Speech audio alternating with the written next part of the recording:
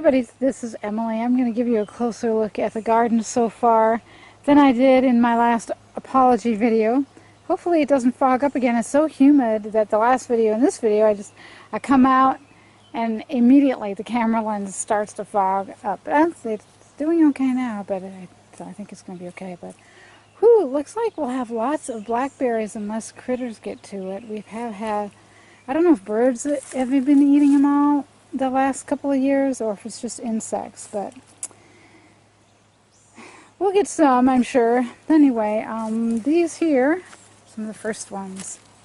Oh, see, like these guys, these stink bugs. Yeah, you know I want to get you. Ha! A neighbor saw me do that and said, "That's a stink bug." I'm like, yeah, the stink wears off your hand in just a couple of minutes. It's not a big deal. But those things are nasty. They'll do damage to quite a number of crops. So I'm not tolerating their presence anymore. Anyway, blackberries starting to turn red, and lots of them. And this year, I'm actually not dreading watering the blackberries. Last year, I wanted them all to die. I even offered somebody to dig them all up and take them because I didn't want to water them anymore. Well, that's because I was having to water everything else. You know, the peppers, tomatoes, cucumbers. I don't have to do that this year. Ha ha ha. So, yeah, so it's no big deal to bring a few gallons of water to the blackberries a couple times a week. And by the way, I mentioned it was hot in the last video. When I say hot, I mean it's been at least in the upper 80s for the last, I don't want to say month, almost a month. And the last couple weeks, it's been straight 90s. You know, between, you know, the lower 90s. Around there. So I just need to see how the smell's going to do. There's a fruit growing. I've got a cantaloupe growing. Actually, I think the name was, it's a French name, Charente or something like that. But it's turning yellow here and I don't know why. The very first leaves, I don't know if it's got something. Maybe I should spray copper on it. I don't know. But yeah, the leaves are kind of pale out, or unless it's nutrition. I don't know, but this is the last time I try to grow a melon in a 5-gallon bucket. That's just not enough room, and the water, 2 gallons of water disappears, you know, in just a couple of days. Here are the sweet potatoes. Yay, they took forever. For a while, I thought, oh my gosh, they're not going to sprout. They all died when they were in the tough shed this very cold winter. But look. See all the things covered with diatomaceous earth? Those are sweet potatoes. So I'm using diatom every time it rains or when they need them. I'm going to put diatomaceous earth around the base, and I'm hoping that'll keep the sweet potato weevils away from them this year. We shall see. It's also because they've been getting flea beetles too. A lot of that down there is weeds, and I have volunteer zinnias. But yeah, this is my little sweet potato patch. And if I have success this year, and I don't have a lot of sweet potato weevil damage, then I'm going to have another row probably next year. We shall see. Alright, pots in progress, creating compost. La -dee -da -da -da. So let's talk about the kale. No, let's talk about these peppers. No, oh goodness, I have broken leaves. It's been windy. Let's talk about the kale first. The kale with the harlequin, see this? Isn't that a pretty beetle? And I can't kill it because these are the worst. They look nice. It goes in there. And I knew I don't know how they're getting in, but they're getting in. I knew I had them because I have leaves turning yellow. But those are nastier than cabbage moths and cabbage loopers. Cabbage loopers and the striped cabbage worm, they just eat the plant, which is annoying enough. But the harlequin beetles, they suck the juice out, and they'll kill an entire plant. They killed half of my broccoli. I had 6 broccoli last year. They killed three plants. So, but the good news is, I'm done with this kale. The kale's, now, if you know what arugula tastes like, it's starting to taste like arugula, which means it's getting old. It's about to go to seed. So, yeah, we'll take off these cages and let it go to the critters, I guess. These few down in here might still be okay. But yeah, they're in the sun all the time, and kale doesn't like the heat. If you don't have them in shade a lot of the day, when it gets to be summertime, they bolt. So, oh well. I've got red Malabar spinach. I'll show you that in a little bit. Which side shall I go to first? I'll show you this side. Okay, peppers. Peppers! These are called lipstick. If you know what pimiento pepper is, they're a kind of pimiento. They're a pimiento variety. I finally had to stake this one, a little, an old small tomato cage that I've had forever. Because the wind had bent it over. Now these over here, there's 1, 2, 3. Of course, there's only 3 covered by the bolting cilantro. I'll never have to plant cilantro in this bed again. Because it will seed. Okay. Anyway, so these 3 peppers, once the peas are gone, see how much worse they are after just a few days? In the last video, they still had some green on them, on the leaves. But I will very gently tie these 3 pepper plants onto the pea trellis there, and that's basically how I'll, support them. But yeah, so now that I'm doing this video, I wanted to show you one more time how awful the peas look once it gets hot. They do not like temperatures really above 80 degrees. Now, there's a couple on the other side of the peas that I'm letting them go to seed, so I can collect pea seeds. And the dwarf here, oh, are they gone? No, here they are. That's almost ready. You let them dry up like that, and then you can collect the seed. Sometimes they go bad, though. Once the plants start to go bad, they don't produce good, viable seeds. So we'll see. But yeah, next time you see a video of a garden update, these peas will be gone. I'm going to come over here. We'll look at the... By the way, I had cut these cilantro down. I'd cut all the seeds off, and they just grew back. No, we're going to go to seed. We're coming back. Oh well, because I don't need that many cilantro seeds. Okay, you see this, the wind has made these all bend over. But yeah, I'm going to keep right here. I'm going to keep these here, right in the corner, to give me seeds. Alright, these peppers, let me tell you a story. These peppers, so that one was okay. But these 3, especially these 2, back in April, they sustained severe frost damage. I covered them up, but like a dork, I forgot that if you just put, like a sheet right on top of the plant, well, guess what? The moisture gets on the sheet, and then that moisture goes through the sheet on top of the plant, and when it freezes, guess what happens to the plant? Yeah. So I thought these 3 guys were goners. Especially these 2 were the worst. And you see this one I need to tie up. That's why I really need to get the actually this is kind of far away from the trellis. I might just need to stake this a different way. Anyway, but yeah, no, they were still green, like the whole top, and they were just they were just this big when the frost came, and it was 2 nights in a row. So what I did was I was like, oh no, they're gonna die. What if they die? I'll be 3 peppers short. These are the regular bell pepper. These are an orange pepper variety called Etuda, I think. Well, what I did was I started 3 more from seed, and since the other one survived, I decided to just put these in pots. Oh well, why not? So, here they are. So, this cucumber trellis, I'm not using for cucumber.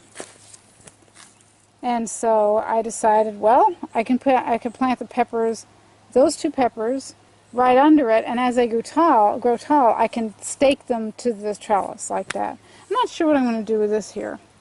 We shall see. But, so these are extra peppers. If they give me anything, if they produce, great. If they don't, well, they're extras. So we shall see. But yeah, I am loving these SIP beds, sub-irrigation planters. That's what SIP stands for. Just putting the hose in there, going away for 10 minutes, coming back and checking to see if water's coming out there.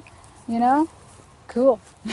Yes, we've wasted some water doing that. But, we'll figure it out. This bed, obviously, it has all these tomatoes going nuts, and the cucumber I'll show you in a bit. So this one is actually thirstier, this bed, than this one. And pepper, those kale are going to go, and, there will be nothing sucking up water over there. And peppers don't need a lot of water. They don't need nearly as much water as tomatoes. Well, tomatoes don't need a lot. But cucumbers do. So I'm having to refill these now every 2 weeks, just FYI, not once a month.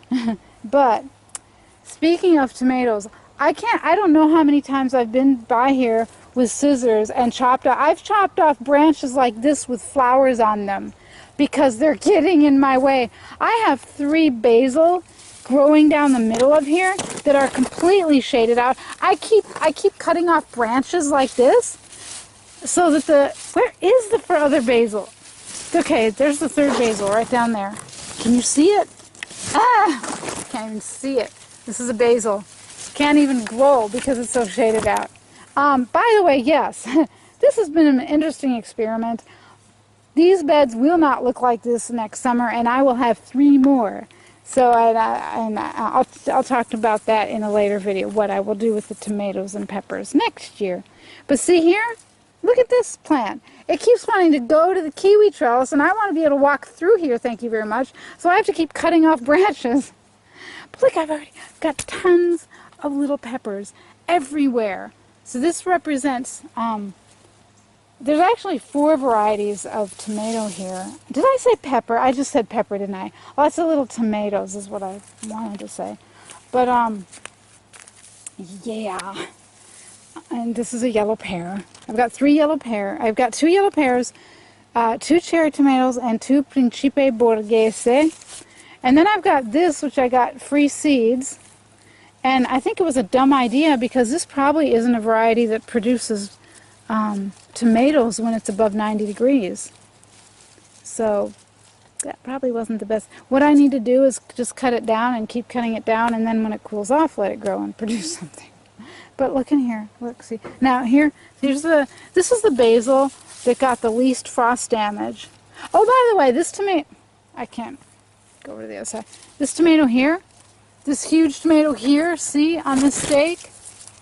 Ugh. The freeze got it. Well, no, that wasn't a freeze. The wind broke it when it was just little. It was like this high, and the wind broke 2 of its branches. I said, well, I'll just let it sit there and see what happens. Well, it grew back. Look, now it's huge. I mean, several of these tomatoes had freeze damage, but look, they came back, didn't they? Yeah, I think so. Yeah, poor basil. So anyway, this was the biggest basil anyway, and I need to start I still haven't harvested any basil. I need to start doing that. I keep waiting for there to be tomatoes or cucumber to eat the basil with, but so broccoli. I'm getting to the cucumber, speaking of it. The broccoli isn't growing back leaves as quickly as I want it to, but we'll see about it. Might start producing florets. I don't know. We'll see. Last year my broccoli didn't produce florets. I don't know what the deal was. Got too hot too fast or something. But I'm having an issue with the cucumber. My cucumbers keep turning yellow and shriveling up and falling off. And what I found out online is that means they're not getting pollinated.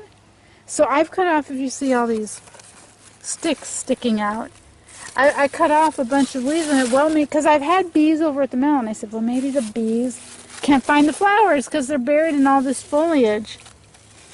So we'll just have to see. And I tried to pollinate by hand the other day, but I couldn't find any male flowers. That would be an issue too, huh? I think that might be. No, that's a female, obviously. The cucumber. I don't know. I mean, there's some ants, but I mean, a few ants aren't going to do the pollination job. So we'll have to see. This is I call it a dwarf cucumber. It only grows to, it's only supposed to grow to like 18 inches. And so that's why I figured, well, this is the one I was going to put on the other trellis. And then I remembered, oh, wait a minute. This doesn't get very big, duh. So I'll just stick it in this corner here and see what it does. Anyway, so, that's it with my main garden. Yes, my main outside garden. We'll talk more about this. I'm going to talk about the volunteers in the next video, because I have a lot of, well, not a whole ton. How about we look at the blueberries? I was going to talk about the blueberries. I don't have a ton of different volunteer things, but what is volunteering is fun, you know? So over here is going to be, next year there will be 3 10 by 3 same size as the other ones. 3 10x3 SIP beds with 4 feet between them. So there will be room for like trellising melons and stuff. Do I have a ripe strawberry? Is it rotting? I have 2 strawberries. No, that's one. Look at that's one big huge strawberry. This is an ever-bearing plant. Wow! It's not even rotting! I bet it's because it quit raining. Hello! All my other strawberries have anthracnose. I don't know. I'm going to do another video just about strawberries. But, oh, I got to keep an eye on this one. So I already got, there's been a bug in it. Look, there's a hole. But yeah, when I decided to take my strawberry patch out of the garden, I decided just to plant the ever-bearing strawberries with the blackberries and the blueberries and just see what happens. And they give us strawberry once in a while, but they do rot because we get so much rain in the spring. Alright, so like I said in the last video, I've already harvested about 2 cups of blueberries. But Benjamin said a lot of the ones in the line, he got, you know, he ate an entire cup by himself. And he said a lot of them weren't very sweet.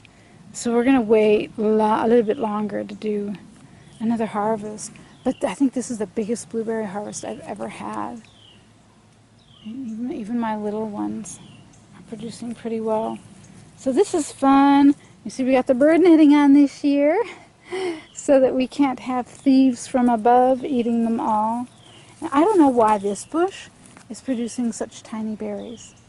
I don't know why. Yes. And then we have the grapes.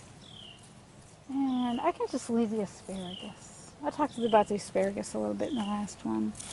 Asparagus, like I said, is pretty much done for the spring. This sage just keeps getting, this patch of sage.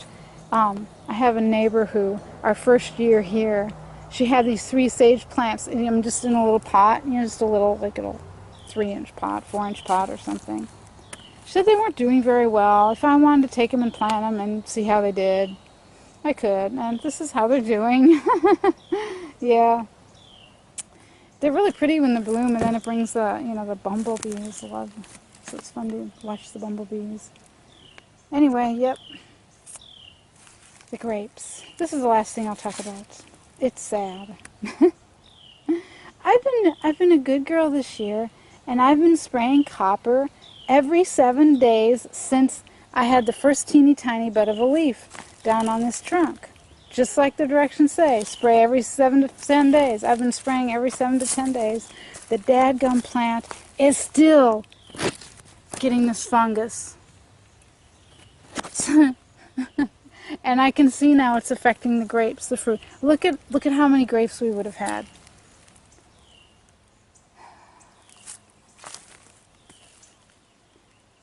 But if this fungus continues to grow, what's going to happen is they're going to turn brown, then black, and then shrivel up and be done. That's it. They won't even mature. And so I think what I need to do for where we live and have so much rain in the spring, I think I need to spray a fungicide like twice a week. As you can see, it's on the kind of the dots on the vine. That's not supposed to be there. It starts with a B, something butric, I can't remember what it is, some sort of rot. So I'm going to give this 1 year, I'm going to try 1 more year to keep it from getting this fungus, and if I can't, that's going out. Bye-bye, plant another kiwi or something. I don't know. But anyway, I mean, look, it's a very productive plant if it would stay healthy. But guess what I've decided I'm going to buy more of? In the 4 years, this is the 4th summer here, I have never had a single problem with the blueberries.